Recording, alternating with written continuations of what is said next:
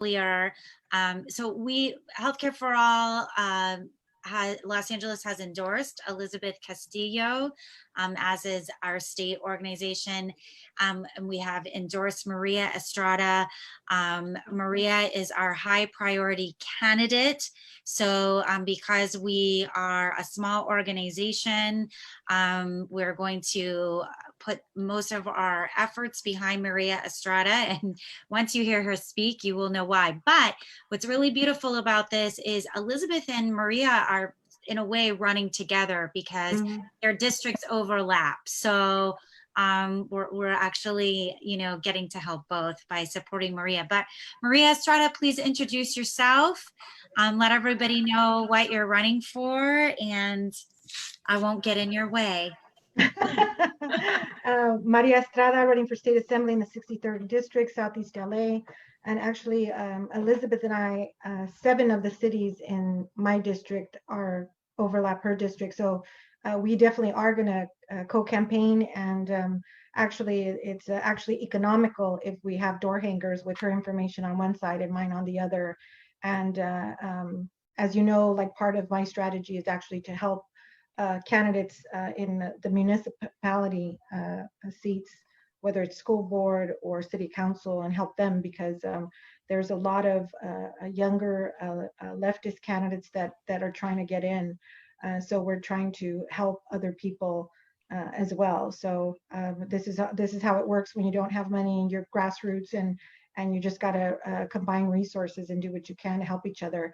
But what this pandemic has shown is what was already a failed system is just devastating to communities like ours. And the fact is that since this SB 562 was shelved on June 26th of 2017, over 10,280 people have passed away.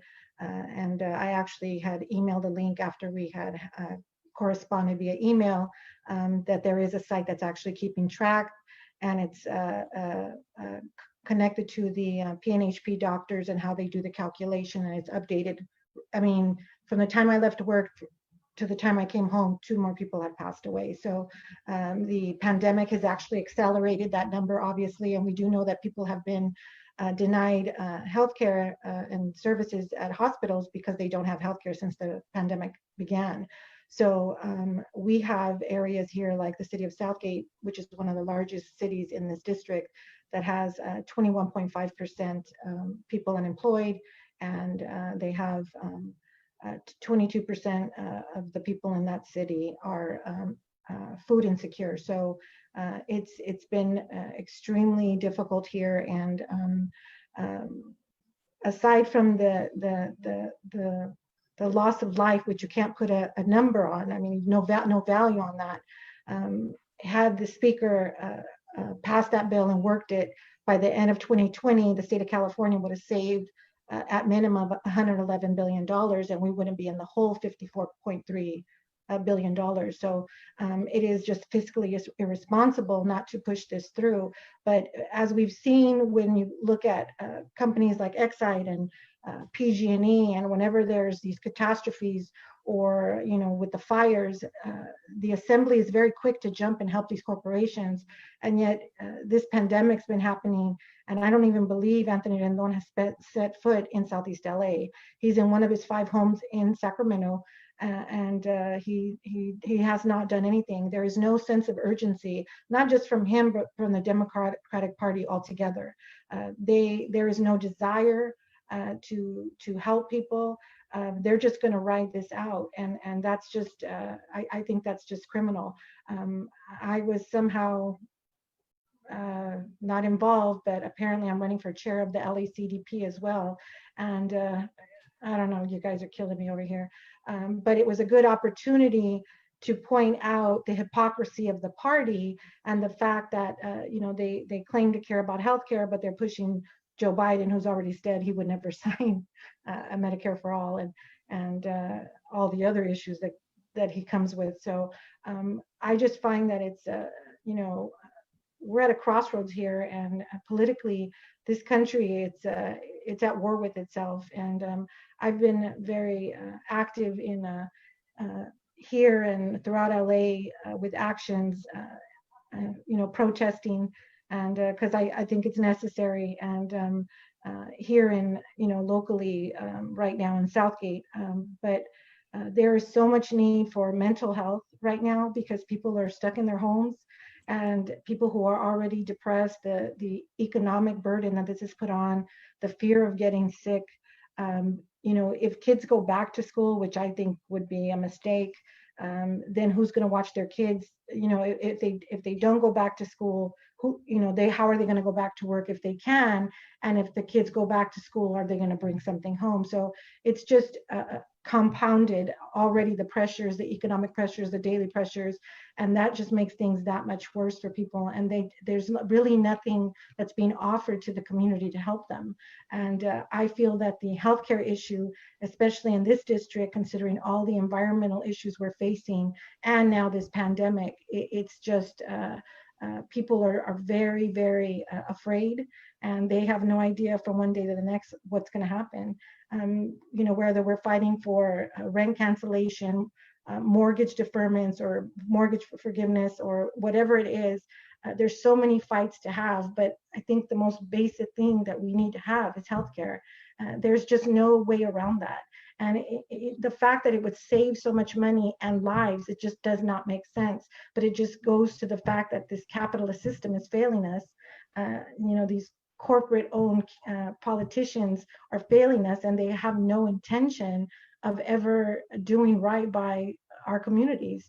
So I think the defeat of Anthony Rendon would send a sign to them, and they would feel it all the way in DC, that the fifth largest economy, one of the most powerful men in the state of California, got shut down by some little Mexican girl from Compton and Linwood. So I think this fight is crucial, and I think that we can win it.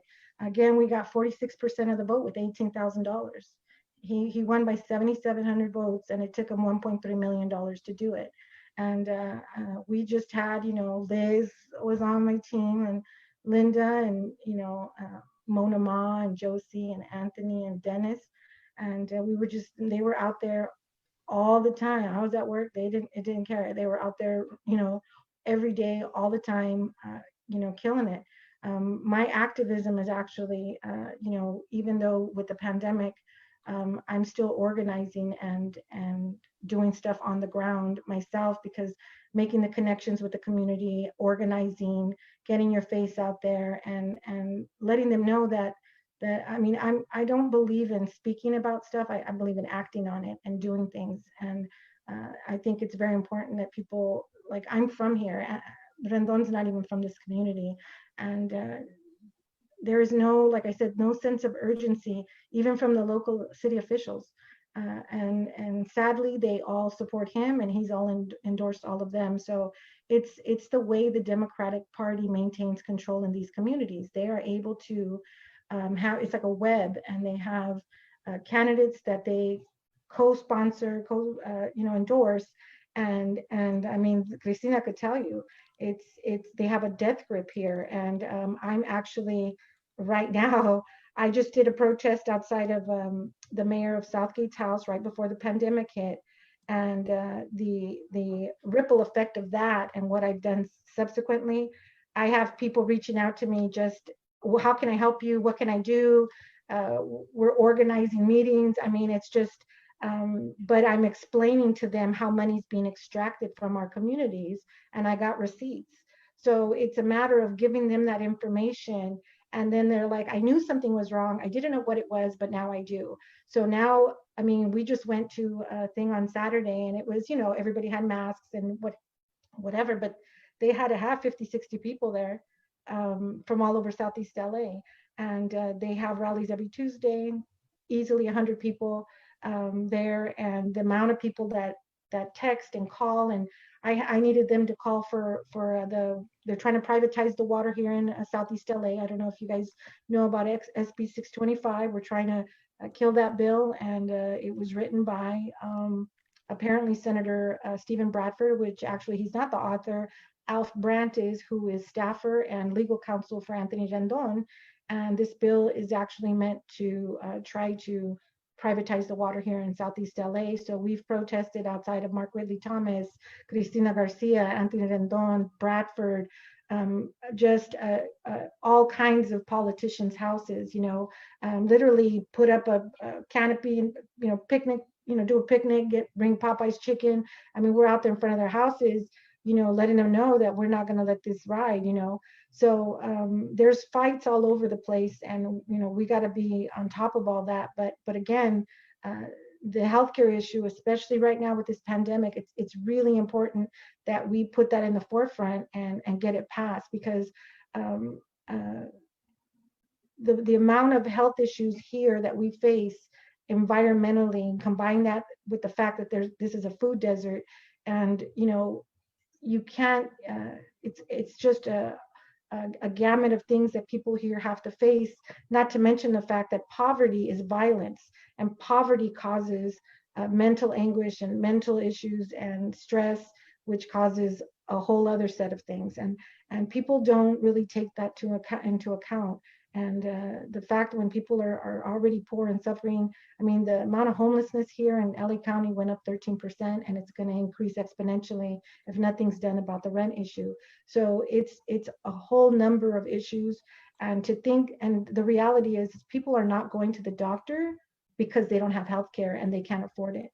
And they're not going to get tested because of that. So unless they know it's free, they could go and they're going to be covered, they're not going to go. And I'll be honest with you, I think that even Donald Trump is more apt to promote and push something like that than a Democratic Party. I think the biggest, and I said this when I spoke, for the LACDB chair, the biggest threat to progressivism is not the Republican Party, it is the Democratic Party. They will not have, we are the left. They're not the left, we're the left. They're what Republicans were when I was in high school, and that's a long ass time ago. So the reality is that we are the left. We represent the people. They represent corporations, and there is a very little difference between Democrats and Republicans. And the sooner people realize that, and that's part of my agenda, is to I'm running as a Democrat and I'm following their bylaws, right? And they're shutting me down every which way they can. So I'm, like I said, it's part of informing the community, letting them know, and seeing like I'm doing what I'm supposed to be doing within the guidelines of this party, and they're shitting on me at every opportunity.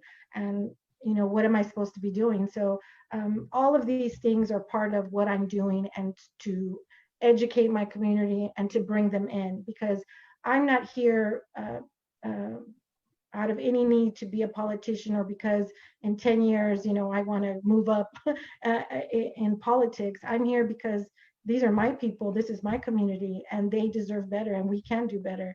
And if I have to put myself out there and be a target and whatever, I'm okay with that. But I'm not going to allow for people like Anthony Rendon and Lina Gonzalez. I mean, we call her Petrolina because the the oil industry has given her so much money. She was handpicked for that position. They handpick people. And I don't know if you guys know this, but there's been 4 speakers in Southeast LA. And that's because this area is poor and it's easy to manipulate and control.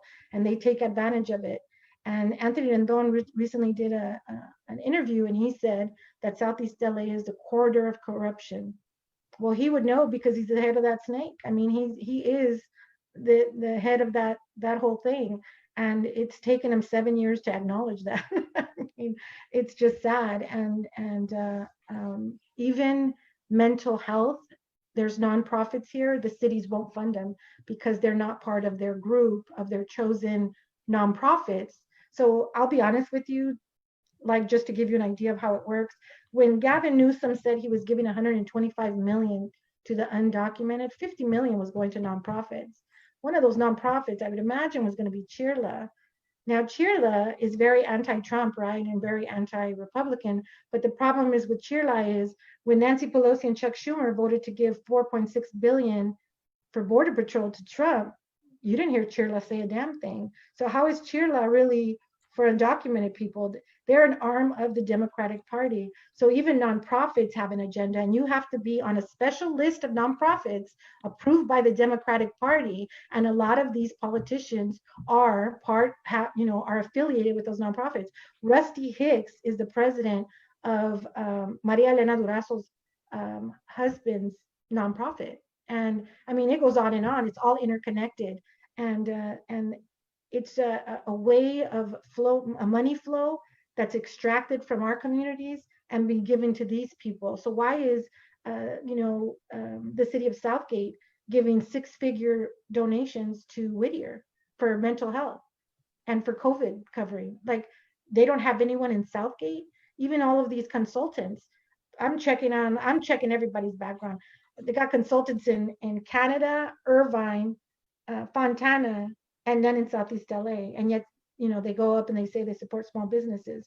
So it's all about money. It's all about money, and they have no value for human life. None of them do. And for me, it's very important to expose them. And I and Elizabeth are going to run as a team, and we're going to be out there on the ground. Probably it's going to be door hangers. I don't feel comfortable putting my team in that position, and I don't want anyone to feel, that they, coming to the door, that they're in danger or anything like that. But we're going to do some robocalling, text banking, mass text banking. You could do like, I'm new at this, so you could do like text and send 10,000 texts and all at once, just like that. And so we're going to be working on a lot of different things, doing a stencil, different kind of logos, and we're going to actually be more aggressive on his record and what he's done and what he's not done. And that needs to be, because one of the things that the Democratic Party is good for, they're only good for two things, and that's fundraising and sending out mailers. They're never on the ground. I mean, they're just not. So the mailers are very effective on older voters, older Latino voters. So we're going to counter that as well with his record, and a little bit more aggressive. The fact that his brother-in-law was his sentence was commuted. He murdered someone, and before Jerry Brown left office, let him out of prison because it was his wife's brother. I mean, just stuff like that. I mean, you could go on and on with the amount of shit that they do. And Maria, wow, this is I don't even want to cut you off, but I want to get some questions in. So if there's anything you want to say to wrap up, and I'm noticing the time, it's 8:54, so we won't have a lot of time for questions, but I do want to get questions in. Before we do, could you tell us what are your top two asks of people, and where can they go to find out more information, to donate, to support? Actually, Linda, she couldn't be on because she's on another Zoom call. She's pretty much on a Zoom call every day. The donation is Estrada-2020. It's donor box Estrada-2020. And I think the website, and they're going to finalize it tomorrow, is Estrada2020.com. And they're going to go over the graphics. That's not my thing. So they wanted me involved, and that's just not, I'm not good at it. So tomorrow. One more time, Maria, where people can go to donate. You said donor box / Estrada-2020. Donor box / Estrada-2020. And your Facebook page is Maria Estrada for Assembly. Maria Estrada for Assembly. Okay, so let's go ahead, Maria, and open it up to questions. So you guys on the Zoom, if you have questions, raise your Zoom blue hand, and Betty will keep an eye out and moderate this part of the Q&A.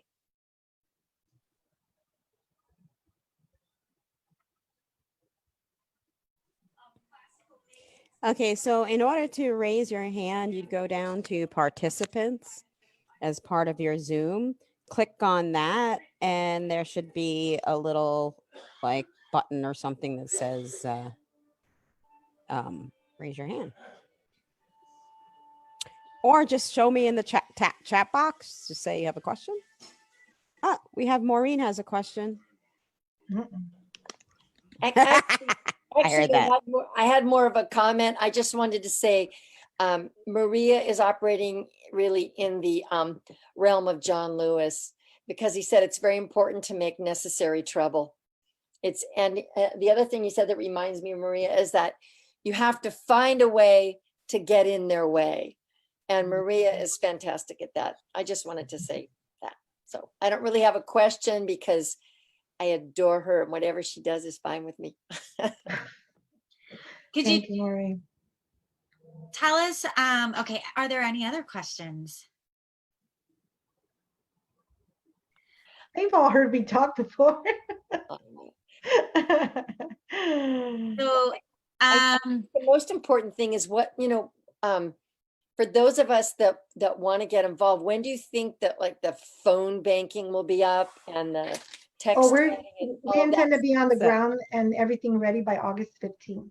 August 15th. Okay. Yeah, in Oops. Maywood, they're going to start. I have to have lit and lawn signs by August 7th, because Maywood's going to be on the ground, because that's when the candidates that I'm supporting there are going to start canvassing. So they're going to canvass for me there. So I need to have that ready by August 7th, but we're going to be ready by August 15th. And from August 15th to November 3rd, it's going to be go time. So we're going to be all over the place. Yeah. Yeah. So I have Cheng Sim Lim has a question. You want to unmute yourself, Cheng? Yeah, hi, Maria Estrada. Hi. For spending time with us.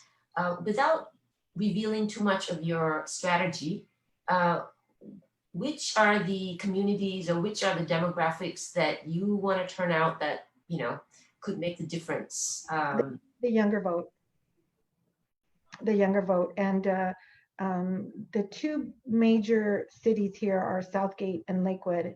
And Lakewood is primarily, it's a lot of Republicans.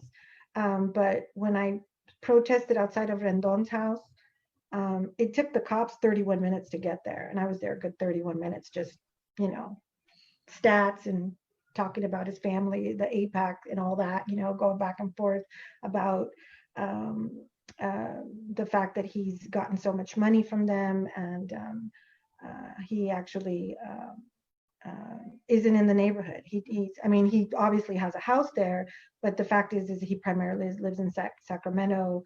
How many people have died? I don't know if you know this, but his wife just had a baby. And so I said, I want his wife to bathe the baby in the same water as the people in Maywood, and to drink the water like in Cudahy, and let him play in the park in Paramount where it's hexyl and chromium-6, and the air quality is worse than at LAX. Because it's only fair that if he's representing this community, that his child is exposed to the same things that our children are exposed to.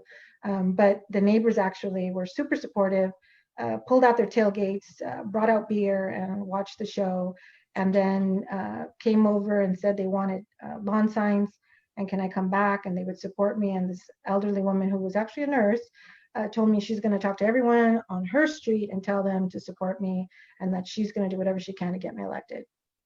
So, and these are Republicans. So this is a people thing. This is about people and people's lives. And there's a complete, it's a disconnect with them. Like to them, these are like their kingdoms, and we're just a bunch of little, serfs, and they don't feel any connection to us. And these are my people. This is my community. And when my people suffer, I suffer. So I feel that I have to go to people's houses, because if they're not going to listen to me when I email, when I call, when I go to meetings and go to the city councils, and they're not going to listen, then I'm going to go to their house and make them listen, because they're not hearing. This has been going on forever, right? He's been here for 7 years, going on 8 years. And this has been going on for all this time, and he's done nothing. So they're going to have to hear us one way or the other. I'm very supportive of the uprising that's happening right now. I think that that's a necessary, and it's the only way in the history of America. It's the only way things change, is when uprisings like this happen, whether it's, civil rights, labor rights, women's suffrage, it has to get to this point for something to change. And if this is what we need to do to get healthcare, to get housing, to get all the things, basic necessities for people, for God's sakes. I mean, El Salvador, Venezuela, Canada, they're giving people UBI and healthcare and, deferring their mortgage payments and rent and all that. We can't do that here. I mean, that's outrageous. There's a lot of people with a lot of power that are not using it because they don't have to. So we need to force them to use it. And if they're not going to use it, then we need to go after their seats. And that's what this is about. And they're just sitting on their asses. There is no sense of urgency with any of them. When you talk to them, I mean, the extent of his reach out in this community is a Zoom call and having like Southern California Edison, the gas company, and they're like, oh, we're offing, we're not going to charge you late fees and you could defer your thing. But it's nothing that he's doing. And this is already on their website. So he's not doing anything. He's just hosting a call. He had a food bank here on July 11th. And I said, wow, the most powerful man in the state is having a food bank during a global pandemic. I said, that sums up his whole tenure in the assembly. That's the extent of what he's going to do for us. A fucking food bank on July 11th. I mean, that's outrageous. And yet here we are, and he does not use his power. None of them do. They'll use their power to help PG&E. They'll use their power to help Exide and all of these corporations so that they don't, go without. But the fact that people are suffering, millions of people are suffering, and they're indifferent to it. It's just it's mind-boggling to me. Maria, I have a question. I know since everybody's, I guess, sheltering in place or not gathering in person, but is there any way to perhaps have town hall, have a debate with him, and maybe you guys could do the debate in Spanish? He can't speak Spanish. He's probably gonna have to have a translator. I'm sorry, wait, what? Yeah, when Did you say Anthony Rendon doesn't speak Spanish? No, he doesn't. We were Delta dumped 15,000 gallons of jet fuel over Southeast LA, and he spoke, wouldn't even look at the audience, and then he had his translator come up and speak. And I was like, wow, okay. So he doesn't speak Spanish. I think he does. It's probably broken or something, but we've already asked him to speak at a few events and he won't show. But a lot of these candidates, it's a way of, when they give you attention, then when they acknowledge you, then you're, they're saying that, oh, she exists, she's a threat. The same with Shahid Buttar, with Nancy Pelosi, and that's what they do. They're very dismissive of us. But like I said, they're gonna hear us one way or the other. So yeah, and well, I really admire your courage, Maria, and I know you think I'm crazy. You're texting me. What are you doing? Yes. No, I mean I truly admire it, and you're exactly right. If you've done everything you were asked to do, right? You followed all the rules. Oh, get a petition, you get a petition, make an appointment, you make an appointment. And it's like when people, are not heard, they start to speak louder because they're not heard. And so good for you.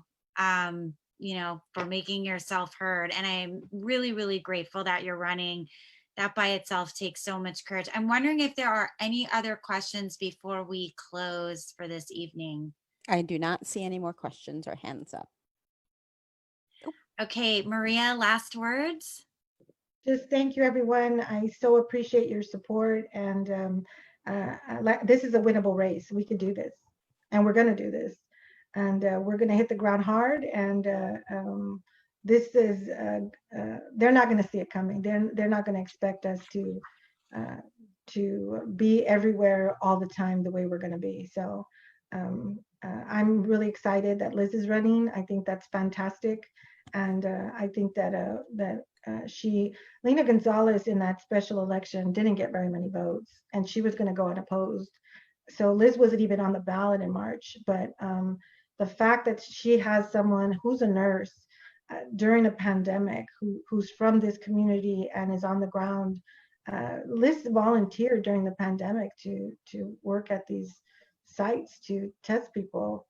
I mean, I can't say enough about Liz. People, I mean, she's just, I mean, she's a badass. So, you know, we're gonna run together and we're gonna be on the ground. I mean, she was already on my campaign anyway, so it's just only logical that we, you know, we actually went and got our pictures taken at the same time. I called the guy, I go, let's go do this right now. And so he's working on it, sending us graphics and, you know, photos and different designs and stuff like that. So, but it's got to be done like this week, because by next week, Maywood's going to be on the ground. So we're ready to go.